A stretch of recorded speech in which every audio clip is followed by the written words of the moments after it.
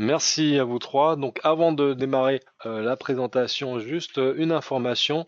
Si jamais vous avez besoin d'un petit peu plus d'informations sur nos solutions, si vous voulez qu'on rentre un peu plus dans vos use cases, vous avez la possibilité en fait de venir nous voir à la Défense et on peut organiser avec vous en fait ce qu'on appelle un EBC, donc un Executive Briefing Meeting qui a lieu donc à la Défense dans nos locaux où on aura l'occasion voilà, d'aller un petit peu plus loin dans tout ce qu'on Peut- va vous présenter. Peut-être une petite précision, Gabriel, Oui, actuellement, vu la situation actuelle, on propose aussi ce genre d'événement en remote. Donc, on fait du virtual UBC. Donc, si ça vous intéresse, n'hésitez pas à nous contacter. voilà, tout à fait. Donc merci pour la précision, Ago, et ben, on va laisser la main à Arnaud Nero qui va débuter la présentation.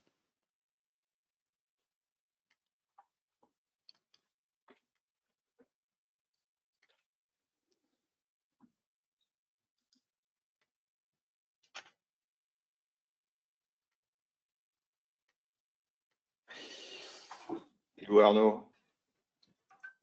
C'est bon? Arnaud? Oui, on voit mon écran? C'est bon. C'est bon? Parfait, c'est parti. On va commencer cette séance par parler de la sécurité sur le composant ADC, hein, la sécurité périmétrique.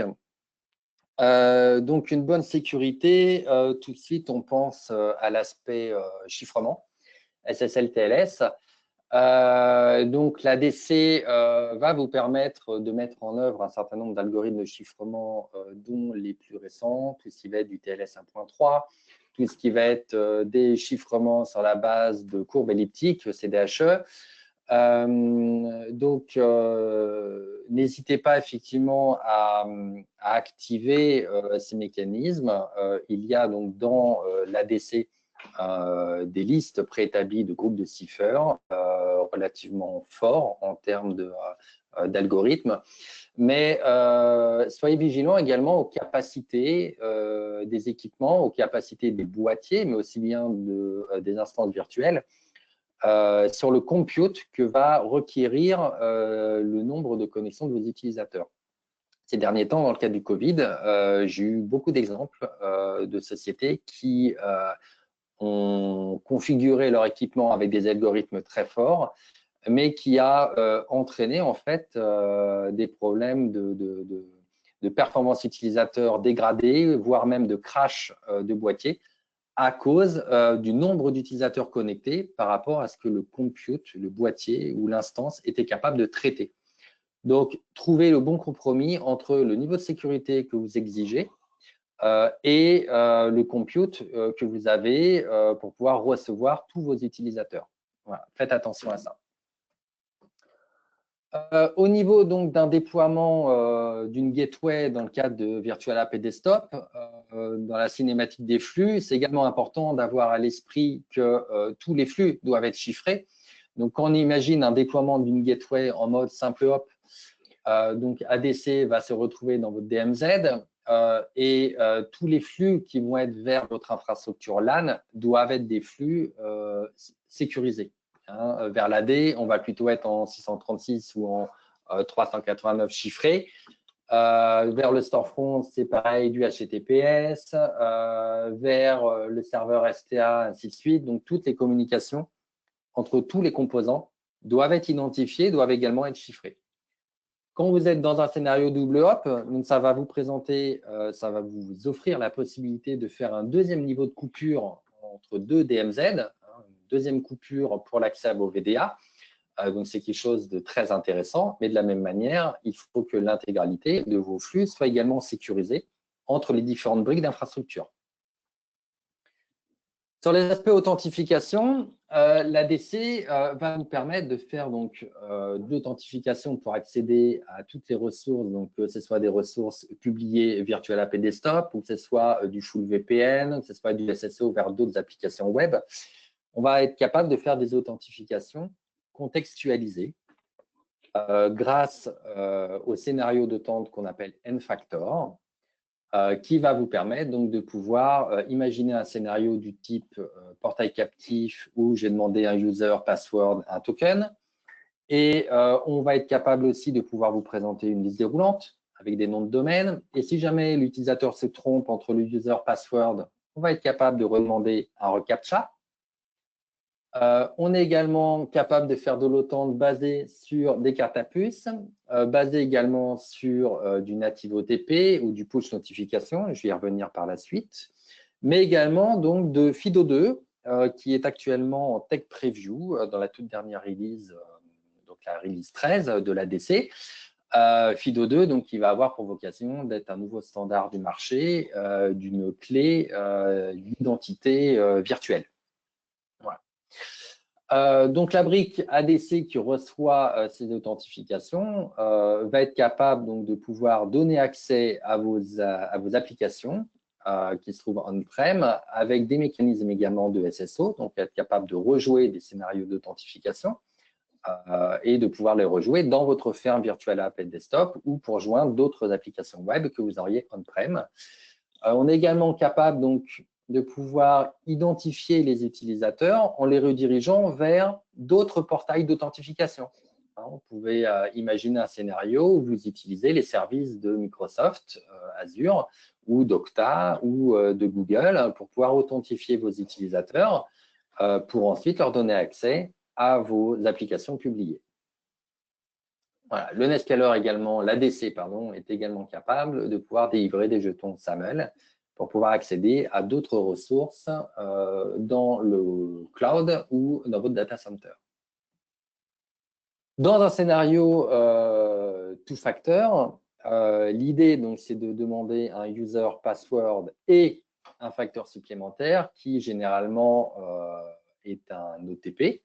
Mais ça peut être un OTP par SMS, ça peut être un OTP avec une application cliente que vous avez dans votre téléphone portable qui va vous générer un token à 6 chiffres. En fait, ce mode de fonctionnement, c'est une RFC du Time OTP. Et Citrix, à partir de l'édition Advanced de notre code, on vous propose de pouvoir stocker dans l'Active Directory, dans le compte utilisateur, on va vous proposer de stocker le fameux code partagé lié au token virtuel de l'utilisateur qui va vous permettre de pouvoir détenir une solution Time OTP gratuitement dans votre infrastructure. Quand je dis gratuit, c'est au bémol près effectivement de la licence ADC que vous devez acquérir en advance, mais vous n'avez aucun coût de détention par utilisateur. Vous n'êtes pas limité à 100 utilisateurs ou 100 tokens dans votre infrastructure. Voilà, vous pouvez en stocker autant que vous voulez pour les utilisateurs. Au travers d'un portail captif, l'utilisateur va pouvoir enregistrer, associer son token virtuel avec son compte utilisateur. On a étendu donc cette capacité de native OTP qui fonctionne, donc je ne l'ai pas précisé, mais avec n'importe quel client Time OTP. Donc ça fonctionne le native OTP avec Google Authenticator, avec Microsoft Authenticator, Symantec VIP, avec une autre application Citrix qui s'appelle Citrix SSO. Et le fait d'utiliser Citrix SSO va vous donner également accès à un scénario supplémentaire d'authentification qu'on appelle le push notification. Le principe, c'est ce que vous pouvez avoir avec votre application bancaire quand vous voulez faire un paiement sur Internet avec votre carte bleue. Vous êtes sur le site du marchand, vous payez avec votre carte et vous allez être redirigé vers le site web de votre banque. Et dans le site web de votre banque, vous allez dire donc vous faites un paiement et votre téléphone portable va se mettre à vibrer en vous demandant de valider le paiement. Voilà, avec le code ou avec votre empreinte digitale, vous allez valider la transaction. C'est le même principe pour le push notification et pour l'authentification sur l'ADC. Je vous ai fait une petite vidéo pour l'illustrer. On voit donc sur la gauche, c'est mon navigateur d'ordinateur. Sur la droite, j'ai un des ports d'affichage de mon téléphone portable. Je mets donc mes credentials dans la page d'autant. Je peux cliquer pour pouvoir faire une saisie manuelle de mon Time OTP ou je peux directement envoyer la requête et je vois à ce moment-là un événement dans mon téléphone portable me demandant d'autoriser la connexion vers le portail. Une fois que j'ai autorisé, j'accède à la liste de mes applications publiées au niveau du storefront. Donc, j'ai réussi à traverser l'ADC au travers d'une validation push dans mon téléphone portable. Quoi d'autre au niveau de la sécurisation de Virtual App et Desktop avec ADC? Eh bien, le pourquoi d'ADC avec Citrix Virtual App et Desktop. Eh bien, ADC va avoir la capacité de faire une authentification contextuelle en reprenant en compte notamment le scan de conformité des postes de travail, ce qu'on appelle le Endpoint Analysis, qui va permettre donc de vérifier que vous êtes bien à jour au niveau des antivirus, vous êtes bien à jour au niveau update Microsoft, que votre ordinateur fait bien partie du domaine. Mais on est également capable de comprendre est-ce que vous avez une adresse IP publique qui vous identifie comme étant en France, ou est-ce que vous êtes à l'étranger? Est-ce que vous faites partie du groupe du marketing, auquel cas on va vous demander que le user password, ou est-ce que vous faites partie d'un autre groupe admin, on va demander plus de credentials. Bref, on est capable d'avoir une authentification contextualisée et on est capable de transmettre cette information de contexte à la ferme Virtual App et Desktop dans le but de pouvoir contrôler l'expérience utilisateur de la session Virtual App et Desktop et peut-être décider que parce que vous n'êtes pas en France, que vous êtes à l'étranger, eh bien, je ne vais pas remonter les drives des lecteurs locaux et je vais interdire le copier-coller. Et peut-être parce que vous n'êtes pas sur un poste d'entreprise, hein, que vous n'êtes pas intégré au domaine, eh bien, je vais vous restreindre le copier-coller, la remontée des drives, la remontée des imprimantes, voilà, la remontée de tous les périphériques USB qui sont présents. On va avoir la capacité, côté ferme Virtual App et Desktop, de verrouiller les différents canaux virtuels en fonction du résultat du scan qui a été fait côté ADC.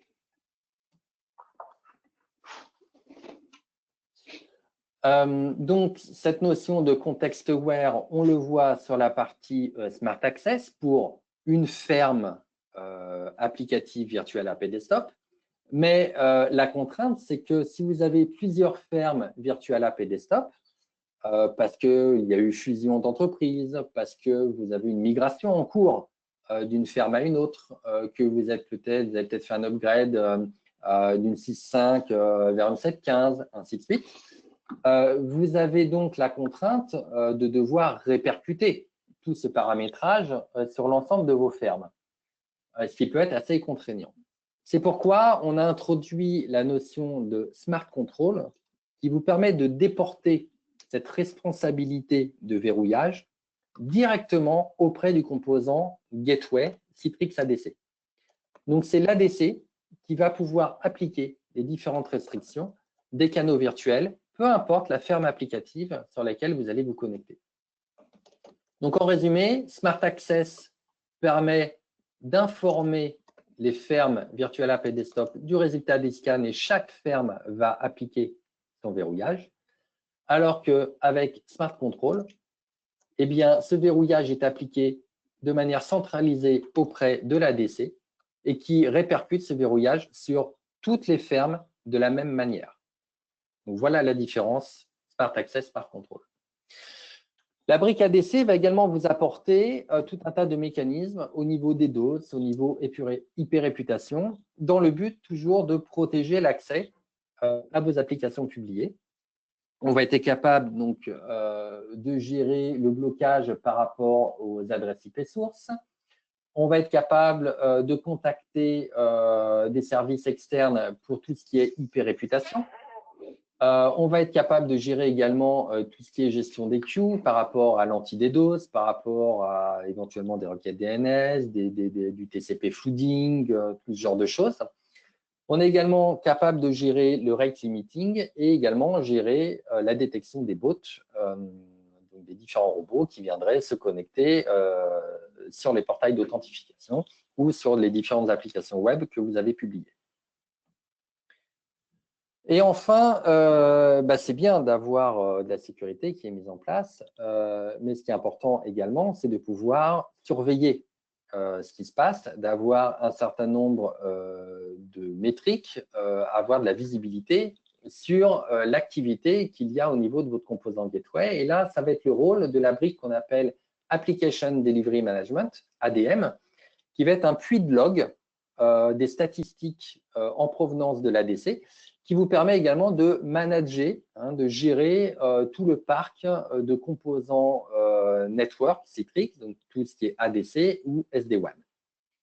On va avoir donc des reportings basés donc sur l'authentification des utilisateurs. On va être capable donc de voir quels sont les utilisateurs authentifiés, combien on a de sessions en cours, mais on est également capable de voir quels ont été tous les échecs d'authentification, les raisons également des échecs.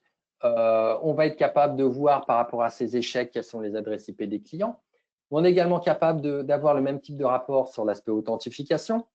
À quel moment un utilisateur a été en échec pour l'authentification, quelles sont les raisons, combien de fois c'était en échec, quelle fréquence, à quelle période de temps. Donc, lorsque les utilisateurs appellent votre helpdesk pour vous signaler des problèmes, vous êtes capable, côté helpdesk, d'avoir ce type d'informations. Vous avez accès à cette console permettant de troubleshooter et d'aider les utilisateurs dans la compréhension des raisons des échecs, mais permet également aux administrateurs de pouvoir faire des recherches sur des historiques, sur des tentatives d'intrusion. Pour tout ce qui est expérience utilisateur sur la partie HDX, grâce toujours à ADM, vous allez avoir la possibilité de pouvoir étendre votre visibilité sur Director et pouvoir activer l'onglet Network dans Director pour afficher ce type de graphe qui va vous donner notamment le ICA RTT. Donc, le ICA RTT étant le temps qui est mis entre une frappe clavier et l'affichage du résultat de cette frappe clavier à l'écran. Donc, on va passer dans toutes les couches du modèle OSI côté poste de travail, transmission de la donnée vers le data center, donc vers la brique frontière ADC, qui est la frontière entre le WAN et le LAN. Tout le réseau du LAN est remonté dans les couches 7 du modèle OSI au côté serveur, ce qui nous permet de pouvoir afficher un certain nombre de métriques au niveau du protocole ICA, et on va être capable de vous donner l'information de la latence ICA et de la latence induite par le segment WAN de l'utilisateur, donc clairement la connexion Internet de l'utilisateur, ainsi que l'impact de la latence côté data center, les informations de la bande passante qui a été consommée par l'utilisateur, de toutes les retransmissions de paquets qu'il y a pu y avoir entre le client et le serveur. On va pouvoir également vous dire que l'utilisateur concerné qui est en train d'appeler parce qu'il se plaint, c'est un desktop qu'il a démarré, ça fait un certain nombre de temps qu'il est connecté, il a consommé une certaine bande passante. Vous avez un véritable affichage, une véritable historisation de l'expérience de l'application. On n'en est plus juste à diode rouge, diode verte, est-ce que mon service est rendu? On en est à vous donner la visibilité de la consommation de l'utilisateur et de l'expérience utilisateur au niveau de ses connexions et au niveau de l'accès à l'application dans votre data center. Et on va être capable, dans des scénarios double hop, de vous montrer également les latences induites par les différentes briques d'infrastructure. Donc, voilà ce que vous permet Citrix ADC dans un contexte de sécurisation de l'accès à votre infrastructure Citrix Virtual App et Desktop. Merci Arnaud pour cet overview de tout ce qu'on peut faire pour, pour sécuriser en amont l'accès à un déploiement Citrix Virtual App and Desktop. Donc on a vu comment on peut sécuriser l'authentification, comment on peut sécuriser l'accès et comment on peut avoir de la visibilité sur tout ça. Maintenant, on va passer à la partie vraiment plus HDX de la chose, où on va vraiment s'appuyer sur, on va voir ensemble comment on peut s'appuyer sur les mécanismes qui sont intégrés dans Citrix Virtual App and Desktop pour sécuriser les différentes interactions qu'on peut avoir entre un poste client et son bureau publié via Citrix Virtual App and Desktop. Ago, c'est à toi. Est-ce que vous voyez mon écran? Oui, tout à fait. Bon, OK. Alors, on y va. Alors, moi, je vais vous présenter un nouvel outil chez nous. C'est apparu depuis très, très peu de temps, qui s'appelle App Protection. Donc, on a, pour ceux qui nous suivent depuis longtemps, la sécurité fait partie intégrante de notre ADN depuis de nombreuses années. Tout est sécurisé dans tous les sens. Virtualiser les applications et les postes de travail, les héberger dans le data center ou dans le cloud public ou les deux en même temps, peu importe. C'est une façon de centraliser l'ensemble des ressources auxquelles les utilisateurs ont besoin d'accéder pour travailler. Et donc, si on centralise, on a beaucoup plus de facilité à sécuriser tout ça plutôt que laisser tout ça disperser un petit peu dans la nature. Donc, aujourd'hui, on va vous présenter un outil additionnel qui est App Protection. Alors, tout d'abord, un peu de blabla marketing. Ce que vous voyez à l'écran, donc, c'est notre façon de travailler a changé. Se rendre au bureau, s'asseoir devant un poste de travail pour accéder aux ressources qui sont stockées dans le data center, sous forme d'appli, de données, tout ce que vous voulez, et y accéder à travers le réseau, c'est de moins en moins une réalité, et surtout en ce moment. Aujourd'hui, les utilisateurs ont besoin de plus de flexibilité, de mobilité, de travailler n'importe où, avec n'importe quel device. Et notamment aussi, et c'est d'actualité, des devices perso. Le PC familial, la tablette familiale, le Mac peut-être à la maison, alors qu'au bureau, c'est habituellement un poste Windows. Pour accéder aussi bien aux ressources de l'entreprise, qui sont dans le data center, qu'aux emails, ou encore rebondir vers l'entreprise, vers des applications de type SaaS, web. Seulement, à la maison, nous sommes bien moins sensibles à la sécurité en surfant, en téléchargeant des choses sur nos devices perso que lorsqu'on utilise le device de l'entreprise, qui par ailleurs est régulièrement analysé par l'IT. Donc, nos postes perso, nos devices perso, seront un peu plus facilement compromis par des logiciels malveillants. Donc, non seulement les identifiants d'entreprise pourront être compromis, mais également tout ce que vous affichez sur votre écran pourra l'être également. Alors, App Protection, c'est quoi? C'est une technologie intégrée dans le client Citrix qui permet de ne pas présenter ce que vous saisissez au clavier à un logiciel espion et de ne pas présenter ce qui est affiché sur votre écran à un logiciel espion. Comment est-ce qu'on met ça en place? Côté administrateur, case à cocher, activer, pas activer, extrêmement simple. Alors, c'est déjà dispo. C'est dispo pour des postes utilisateurs sous Windows, sur Mac, très bientôt sous Linux. Pour le moment, c'est disponible uniquement pour nos clients qui ont du Virtual Apps and Desktops on-prem, uniquement on-prem aujourd'hui. Et dans très peu de temps, courant 2020 en tout cas, enfin, c'est ce qu'on nous a promis, sur Citrix Virtual Apps and Desktops Service et également Citrix Managed Desktops, notre offre DAS de bureau virtuel. D'accord. Alors, tout d'abord, protection contre les malwares de type keylogger. Donc, ce que vous voyez à l'écran, c'est la fenêtre d'authentification du client Citrix. Vous allez taper vos credentials, Active Directory en général, login, mot de passe, éventuellement le champ token si authentification forte est mandatory, ce que vous a présenté tout à l'heure Arnaud. Eh bien, lorsque vous allez saisir vos credentials, ce que va voir le logiciel espion, c'est tout simplement du texte en vrac, ce que vous voyez donc en dessous là. Donc, on a un petit keylogger qui affiche ce que saisira un logiciel espion, c'est-à-dire en fait n'importe quoi. Lorsque vous avez des logiciels espions qui vont enregistrer régulièrement ce qui est affiché à votre écran, d'accord, puis uploader tout ça sur un serveur distant quelque part, voilà.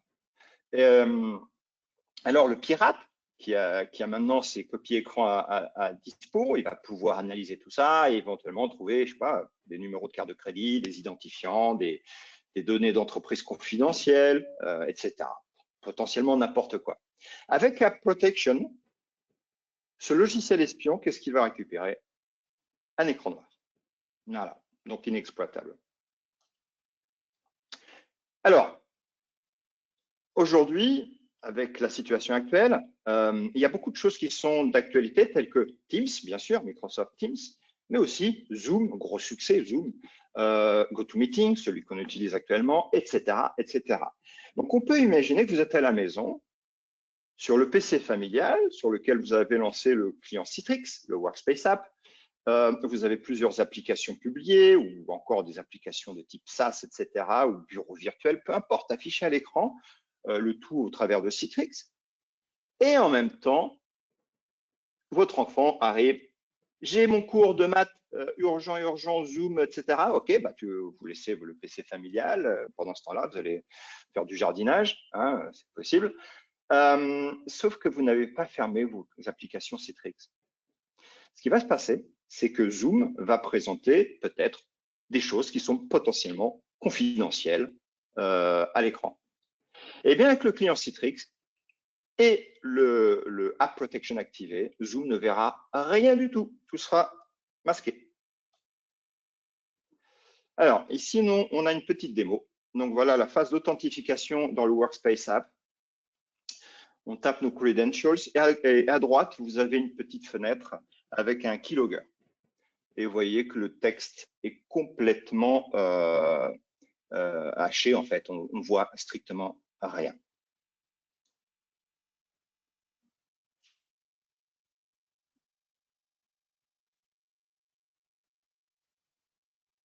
Voilà. OK. Je crois que c'est fini l'animation. OK. Suivant. Alors maintenant, on s'est connecté, on s'est authentifié et le Workspace App de Citrix vous présente l'ensemble des ressources auxquelles vous avez accès pour travailler. Tout, les applications web, de type web, de type SaaS, parce que Citrix peut vous sécuriser l'accès aux applications de type SaaS avec du single sign-on, etc.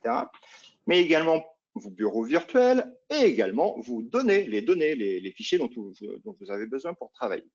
Donc maintenant, on va lancer cette vidéo et vous voyez, on va lancer en même temps un poste de travail VDI, potentiellement sur Azure, sur Amazon ou dans votre data center, peu importe, et en même temps une application publiée qui, elle, sera sur un serveur de type RDSH, pareil, dans Azure, n'importe où.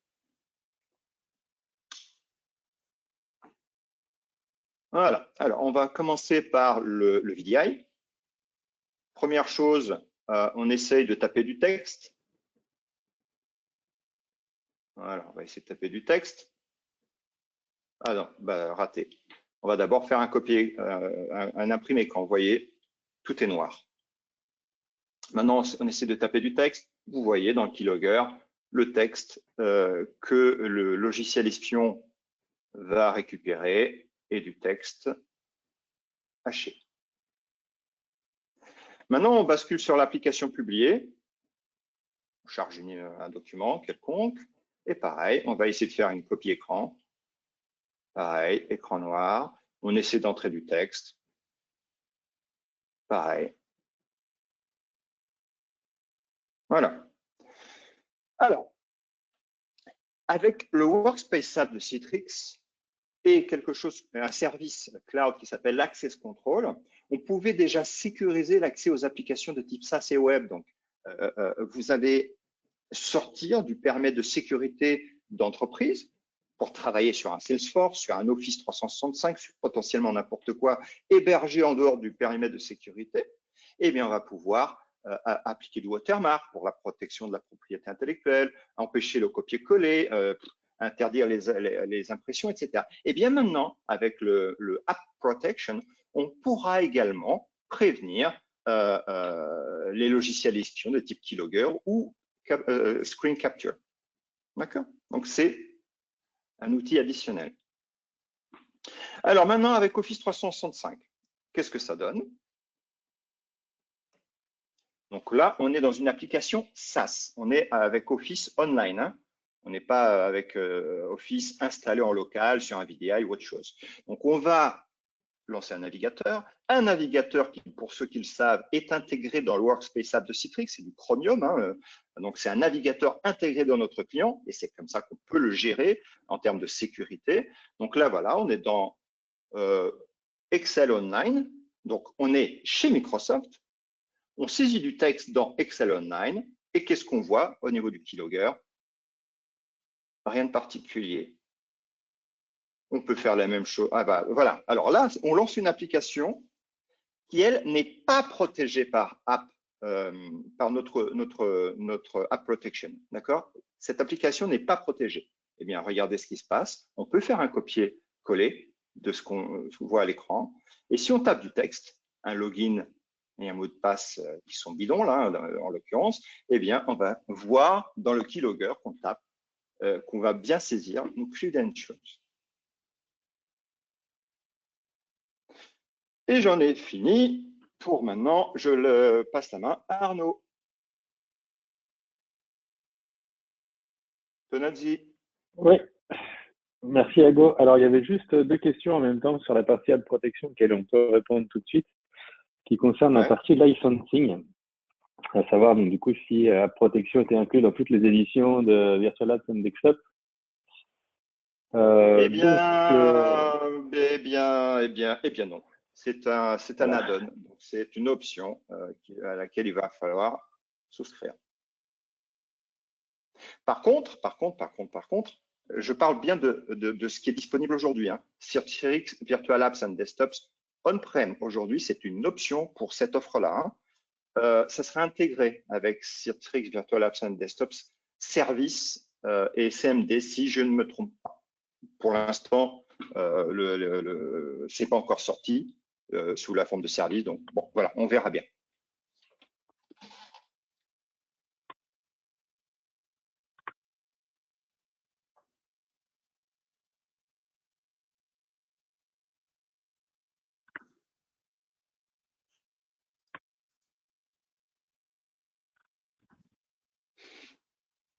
Alors, est-ce que c'est bon pour tout le monde? Ouais, c'est parfait.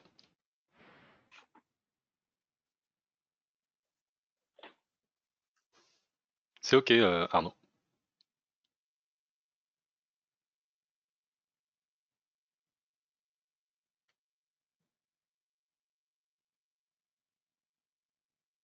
Arnaud?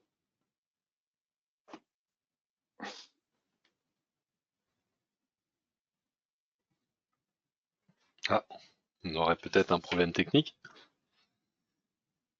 Arnaud.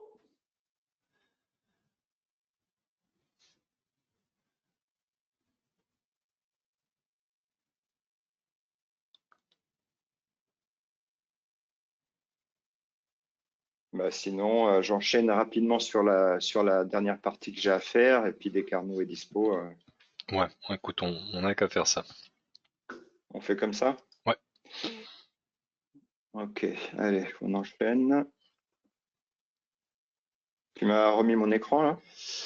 Je pense que tu peux le reprendre, mais je vais te le donner si tu veux, t'es organisateur, donc tu peux prendre. Voilà, c'est pour toi. Ok. C'est bon là? C'est parfait. Ok. Donc, autre offre en termes de sécurité chez Citrix, Security Analytics. Ah, zut, où est-ce que je suis là?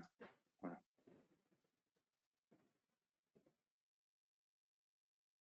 Alors, on a une offre complète d'analytics sous forme de service, donc dans le cloud, hein, qui fonctionne évidemment avec des environnements on-prem, avec des environnements dans le cloud ou les deux en même temps, peu importe. Et cette offre aujourd'hui se décline en trois services distincts, que sont Security, Performance et Productivity. Aujourd'hui, ce qui nous intéresse, c'est la sécurité. Ça vient quelque part compléter aussi ce qu'a présenté tout à l'heure Arnaud sur la partie sécurité. On va avoir avec Citrix Analytics de l'intelligence artificielle et du machine learning qui vont travailler sur l'ensemble des données qui sont remontées par l'ensemble des éléments Citrix utilisés. Un client prend du Citrix Virtual Apps and Desktops, ce que vous voyez en bas en vert, potentiellement aussi du endpoint management, il a besoin de gérer ses devices mobiles, etc., etc. Potentiellement autre chose, de l'ADC, du SD-WAN, voilà, bref. Chaque élément qu'il va prendre va remonter énormément de données à Citrix Analytics qui va pouvoir travailler sur ces données avec de l'AI et du machine learning. Pourquoi faire? Alors, le suivant. Alors ici, c'est quoi ça? Tac. Voilà. Alors, Citrix Analytics, déjà, vous n'avez pas grand-chose à faire, en fait. Une fois que vous avez souscrit à l'offre, tout est automatisé. Donc, clé en main, vous voyez, hein, on va analyser tous les logs qui remontent et prendre des actions autonomes.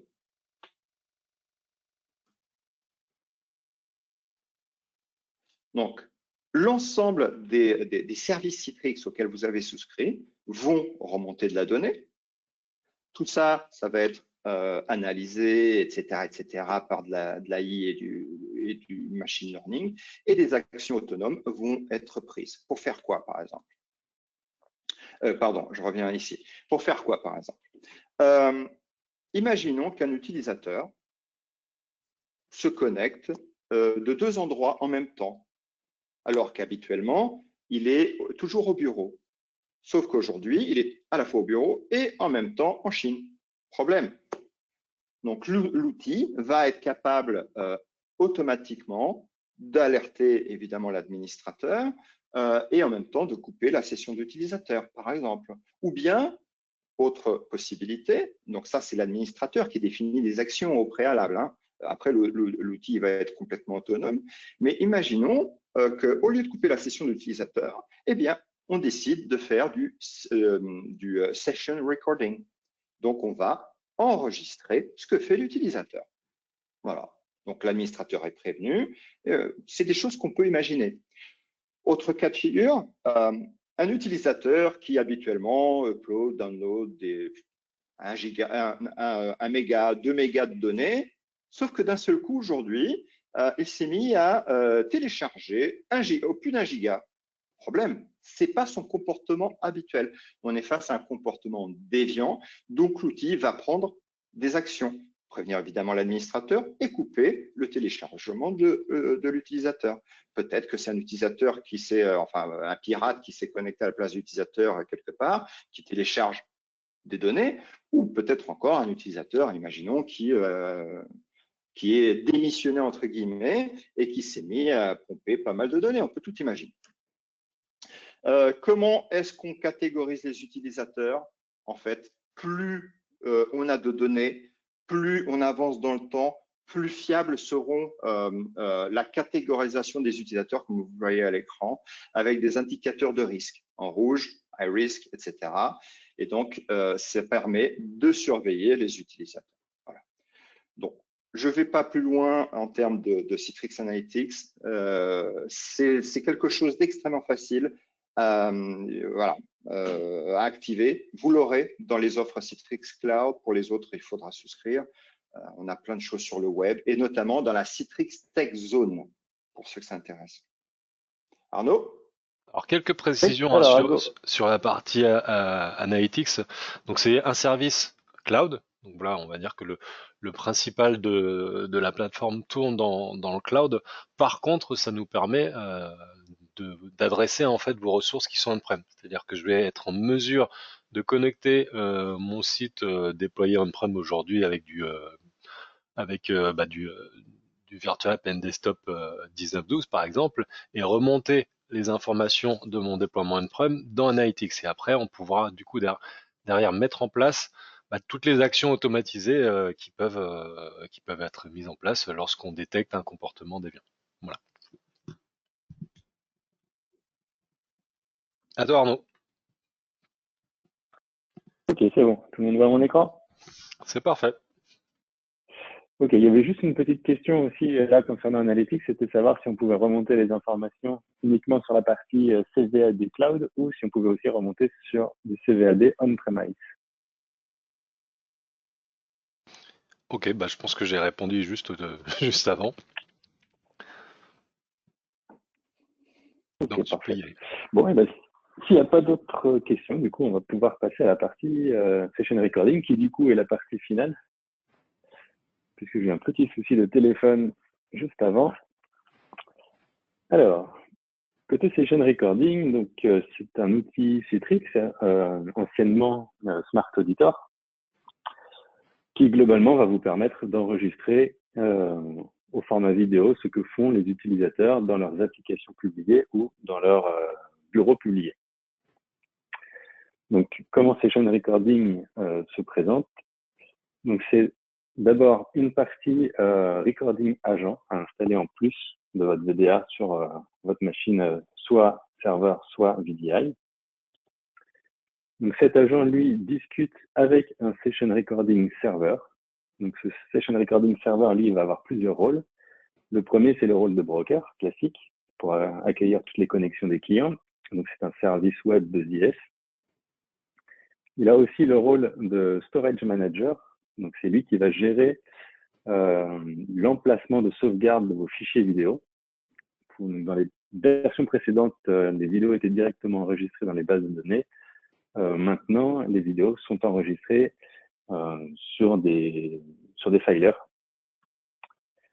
Voilà, et il va aussi avoir la fonction optionnelle d'enregistrer tout ce que font vos administrateurs, donc ce qu'on appelle le configuration logging, pour traquer toutes les modifications faites dans les stratégies côté administration.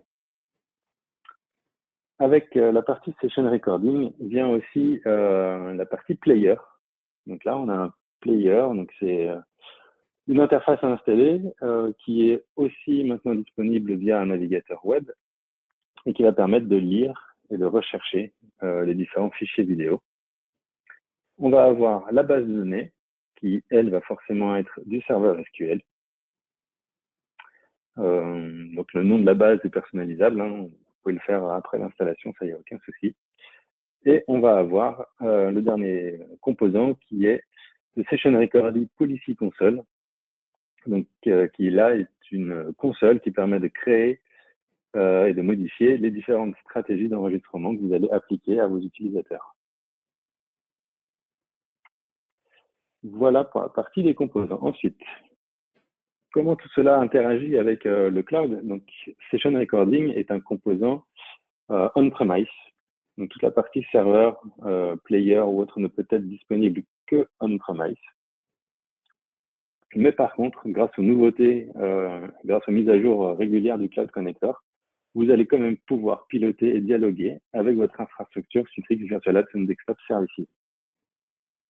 Donc là, voilà, je vous ai mis un petit diagramme qui vous présente donc la possibilité de pouvoir d'abord load balancer des serveurs Session Recording. Vous n'êtes pas obligé d'avoir qu'un seul serveur, vous pouvez le load balancer avec un Citrix ADC en frontal. Vous pouvez avoir plusieurs stations player et vous pouvez avoir une ou plusieurs stations d'administration. Alors, à savoir que bien sûr, Citrix recommande de séparer les rôles pour des questions de performance. Donc, ce Session Recording est capable de discuter avec le Cloud Connector pour venir piloter et démarrer ou pas l'enregistrement, donc démarrer ou arrêter l'enregistrement d'une session par un administrateur. Et ça, c'est disponible depuis la version 19.03. Alors, je vois en même temps, je lis la question. Il y a une question sur la partie Session Recording. Est-ce que c'est un outil de prise de main à distance? Non, Session Recording permet soit de faire la visualize de ce qui se passe au niveau de l'utilisateur. Donc, il y a quand même un petit délai de 1 à 2 secondes. Mais ça permet surtout d'avoir de l'historisation sur ce qui est fait au niveau Session Recording. Donc, savoir si votre utilisateur vous dit que tel jour à telle heure, ça n'a pas fonctionné. Vous allez pouvoir revenir dans Session Recording et dire, OK, j'ai l'enregistrement qui correspond à la date, à l'application, au bureau. Je vais pouvoir revoir ce que l'utilisateur a fait et pourquoi il a eu une erreur. Mais on ne peut pas interagir et prendre le contrôle de la souris et du clavier de l'utilisateur.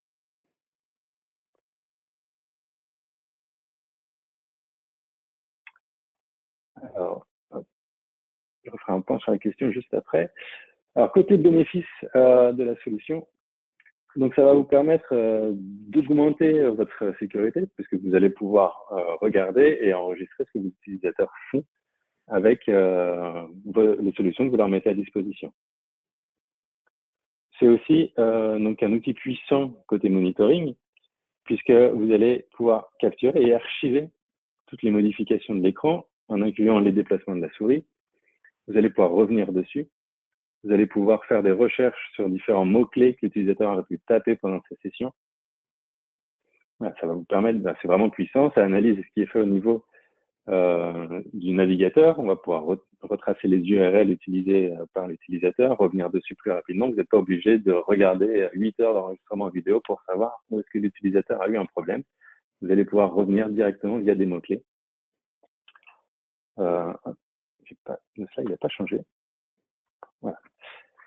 Du coup, ça va vous permettre forcément d'avoir une résolution des problèmes plus rapide, puisque vous allez pouvoir cibler exactement où l'utilisateur a eu un problème, comment il a fait pour générer son problème, et vous permettre soit de le reproduire en interne, soit de tout de suite comprendre que l'utilisateur a fait une mauvaise manipulation et lui expliquer quelle est la bonne marche à suivre pour ne plus avoir ce souci-là.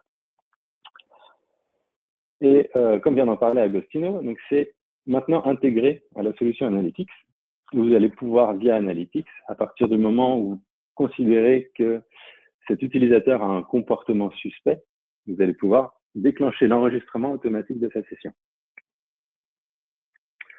Attention toutefois à l'utilisation de Session Recording. Session Recording n'a pas été créé par Citrix dans le but de servir d'outil de collecte de preuves légales dont vous pourrez vous resservir après avec vos utilisateurs. Vous ne pouvez pas dire, par exemple, l'utilisateur a consulté ce site-là, donc c'est une faute, donc je vais intenter une action contre cet utilisateur-là. Cet outil n'a pas été conçu pour ça. La méthode d'archivage des vidéos est susceptible de changer au fil du temps. Donc ça, faut le garder en tête. Ça veut dire qu'aujourd'hui, on enregistre dans des filers. Il y a quelques versions, c'était dans une base de données. Il est possible que dans les versions à venir, ça soit encore différent. Donc attention à ça, vous allez avoir des complexités d'archivage aussi de toutes ces données-là. Donc, si vous voulez vraiment collecter des preuves de ce que font, des preuves légales de ce que font vos utilisateurs, Citrix recommande d'utiliser d'autres solutions qui sont vraiment plus orientées sur la partie légale en particulier. Côté recommandations, pour Session Recording, je vous ai mis quelques recommandations de sécurité, puisque forcément le thème du webinaire est lié à la sécurité. Donc forcément, la première sécurité, c'est de dire que vous utilisez Session Recording dans un environnement dont le réseau est sécurisé déjà à l'avance. Vous connaissez les administrateurs qui y ont accès. Donc, votre environnement est maîtrisé et c'est à vous de sécuriser tout votre environnement pour être sûr que personne ne puisse y accéder depuis l'extérieur. Vous pouvez aussi venir chiffrer les communications entre le Session Recording et les agents. Donc, c'est comme j'ai dit au début, c'est un service web de DS. Donc, il suffit de mettre un certificat et vous allez dialoguer en 443 et plus sur le port 80. Et vous allez aussi pouvoir venir sécuriser tout ce qui est partie Microsoft Message Queuing. On recommande aussi de vraiment venir isoler chaque rôle des administrateurs. Donc, il va y avoir des administrateurs de la partie physique de la machine en elle-même et les administrateurs de la solution. Vraiment séparer les rôles. Il faudrait que l'administrateur de la solution Session Recording ne soit pas un administrateur local de la machine. Vous allez aussi pouvoir venir sécuriser qui a le droit de regarder quoi. Donc, on a des stratégies aussi pour la partie player. Vous allez pouvoir définir des rôles et dire que tels utilisateurs ont le droit de regarder à partir de tel player qui est connecté à tel serveur. Donc, vous allez pouvoir séparer les rôles au niveau lecture pour que tout le monde n'ait pas forcément accès à tout. Et côté Microsoft SQL, vous allez aussi pouvoir configurer toutes les sécurités au niveau des listeners, de la connexion à la base. Vous allez pouvoir aussi mettre en place tout ce qui est ACL pour la partie message queuing, pour être sûr que seulement quelques machines ont le droit d'aller communiquer avec la partie serveur, la partie base de données. Donc ça, c'est qu'une partie des recommandations sont les plus importantes à appliquer. Dans la description du slide, il y a tout le lien vers toutes les recommandations de sécurité qui sont applicables sur la partie session recording. Du coup, avant que je passe à la partie sécurisation du flux HDX, je regarde juste sur les questions.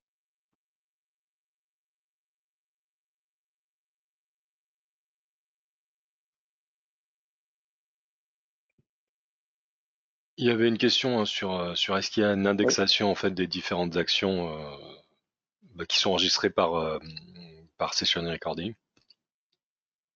Oui, alors on est capable de savoir si l'utilisateur a lancé un navigateur. Donc on va identifier le nom de la fenêtre qui est ouverte par l'utilisateur. Donc si votre application porte un nom particulier ou si c'est un navigateur Internet Explorer ou Google Chrome, on va pouvoir identifier le nom de la fenêtre de lancement et venir l'indexer pour une recherche plus rapide ensuite par les personnes qui vont lire la vidéo. Ok. Est-ce que en fait les saisies de l'utilisateur sont indexées?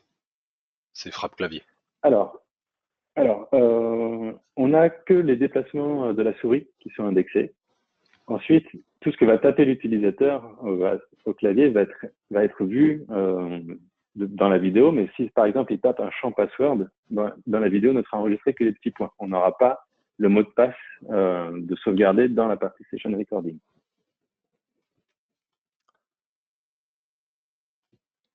Ok.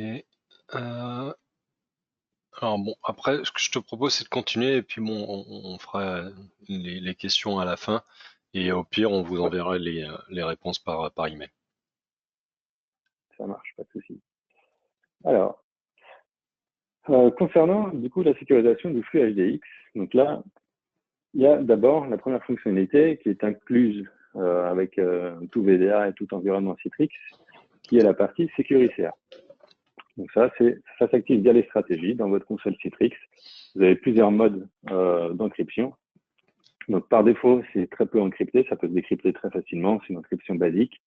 Après, vous pouvez activer l'encryption uniquement sur la phase d'ouverture de session, ou après, vous allez pouvoir activer l'encryption et choisir le nombre de bits pour l'encryption sur toute la durée de la session. Donc ça s'active via une stratégie, vous l'appliquez à un delivery group ou à une machine ou autre, et vous pouvez voir comment ça fonctionne. Si on va aller un peu plus loin que la partie SecuriCA, on va pouvoir rajouter un certificat à cette partie SecuriCA. Et là, donc, il va falloir installer ce certificat sur tous vos VDA. Alors, les VDA peuvent être des VDA persistants sur la partie serveur 2016-2019 ou sur des VDA, des VDI dedicated ou pool. Attention cependant, si vous faites sur du pool, il y a une autre méthode d'installation et de configuration de la partie HDX sur SSL. L'avantage de cette solution-là, c'est que ça vous permet d'utiliser votre propre certificat, d'avoir votre propre certification d'autorité, votre propre autorité de certification. Vous pouvez, ou alors, prendre un certificat public. Voilà, vous êtes libre de faire ce que vous voulez, de choisir le niveau d'encryption lié à votre certificat. Côté VDA, donc ça s'active via un script PowerShell qui est inclus depuis la 7.6 dans le VDA, à l'installation du VDA. Donc, dans les dossiers d'installation, vous allez pouvoir retrouver le script PowerShell qui permet d'activer cette fonctionnalité-là. Et si vous l'activez, par contre, vous n'allez activer le SecuriCA, vous ne pouvez l'activer que pour l'intégralité d'un delivery group, contrairement à l'autre partie SecuriCA basique où vous pouvez l'activer pour une machine. Là, la partie SecuriCA avec certificat SSL, vous ne pouvez l'activer que pour un delivery group entier.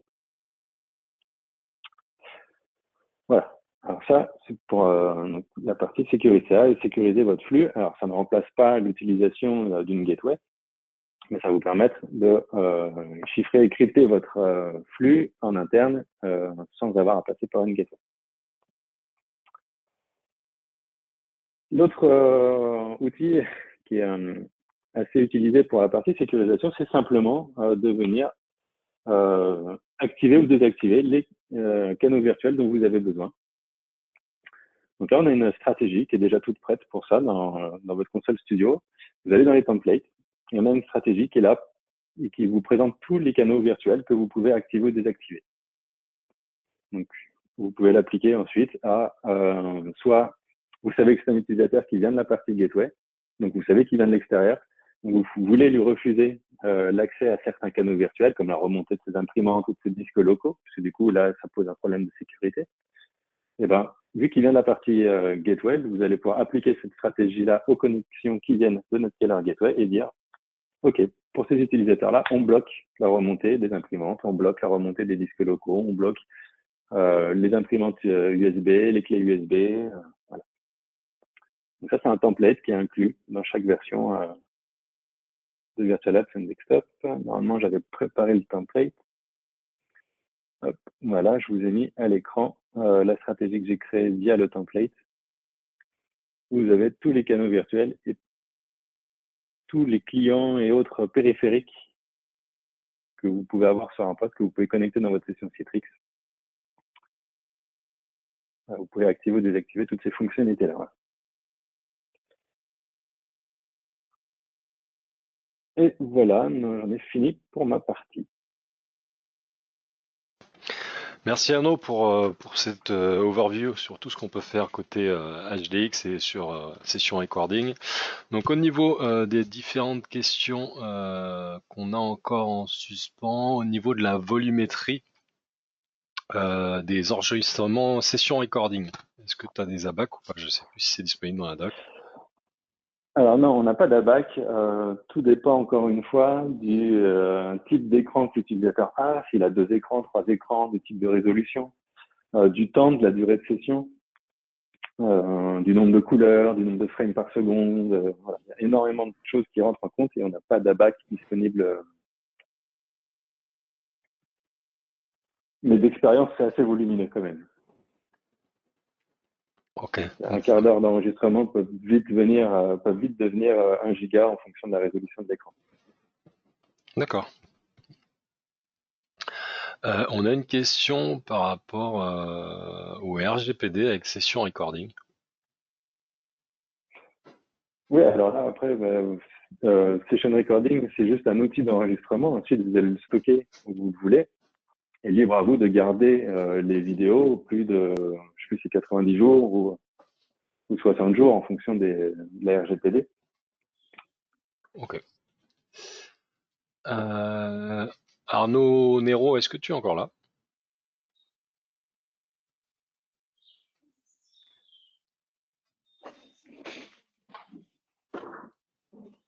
Alors, bon, écoutez, on va continuer. Pose la question tout de même, peut-être qu'on peut. Ouais, alors il y a une question. Alors, on a un client qui se demande si l'authentification multifacteur peut s'afficher dans le client Workspace App. Bon, alors oui. C'est oui. À l'heure actuelle, en fait, ces utilisateurs se connectent à un virtual desktop via un bureau, via un raccourci sur leur bureau sans avoir à s'authentifier grâce au SSO. Donc, ok, donc l'authentification intégrée Windows. Et dans l'optique de permettre une connexion simplifiée, nous aimerions idéalement que seule l'authentification secondaire soit demandée. Est-ce possible? Alors là, il va falloir Arnaud. Ouais. Mais après, je pense que c'est quelque chose qui peut être faisable avec les mécanismes de N-factor. Où pour le coup, là, on peut vraiment imaginer tout type de scénario pour s'authentifier.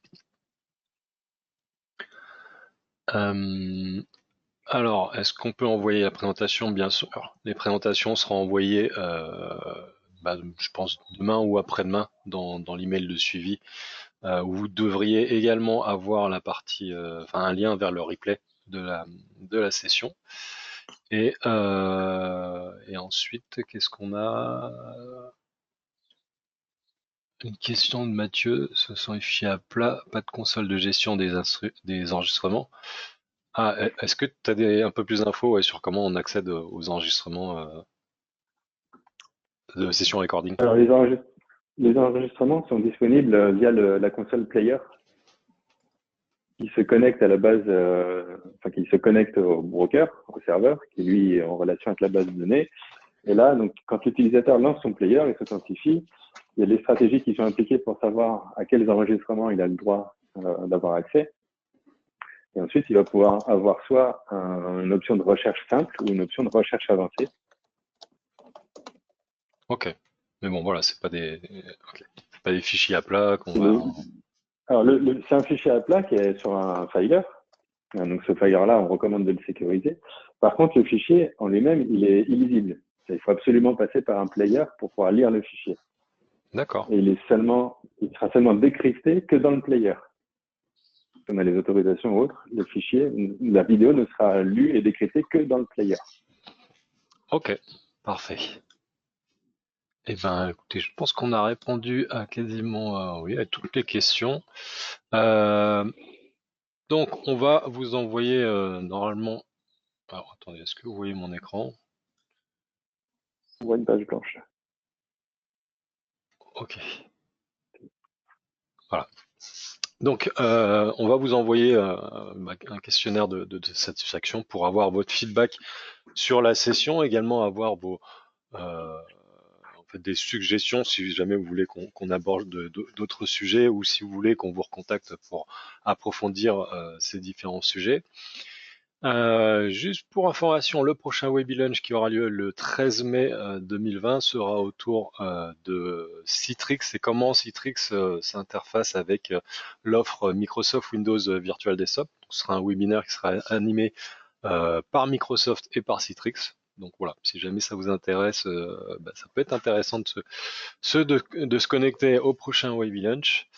Et enfin, voilà, juste un rappel, hein, si vous voulez aller plus loin sur les sujets qu'on a abordés ou d'autres sujets qui sont disponibles dans notre portefeuille de solutions, n'hésitez pas soit à contacter directement parisebc@citrix.com pour essayer de planifier une session virtuelle ou physique quand on en saura plus avec l'équipe EBC, ou alors vous pouvez nous contacter. Donc vous devriez avoir mes coordonnées dans les emails que vous avez reçus pour l'inscription et dans l'email de feedback.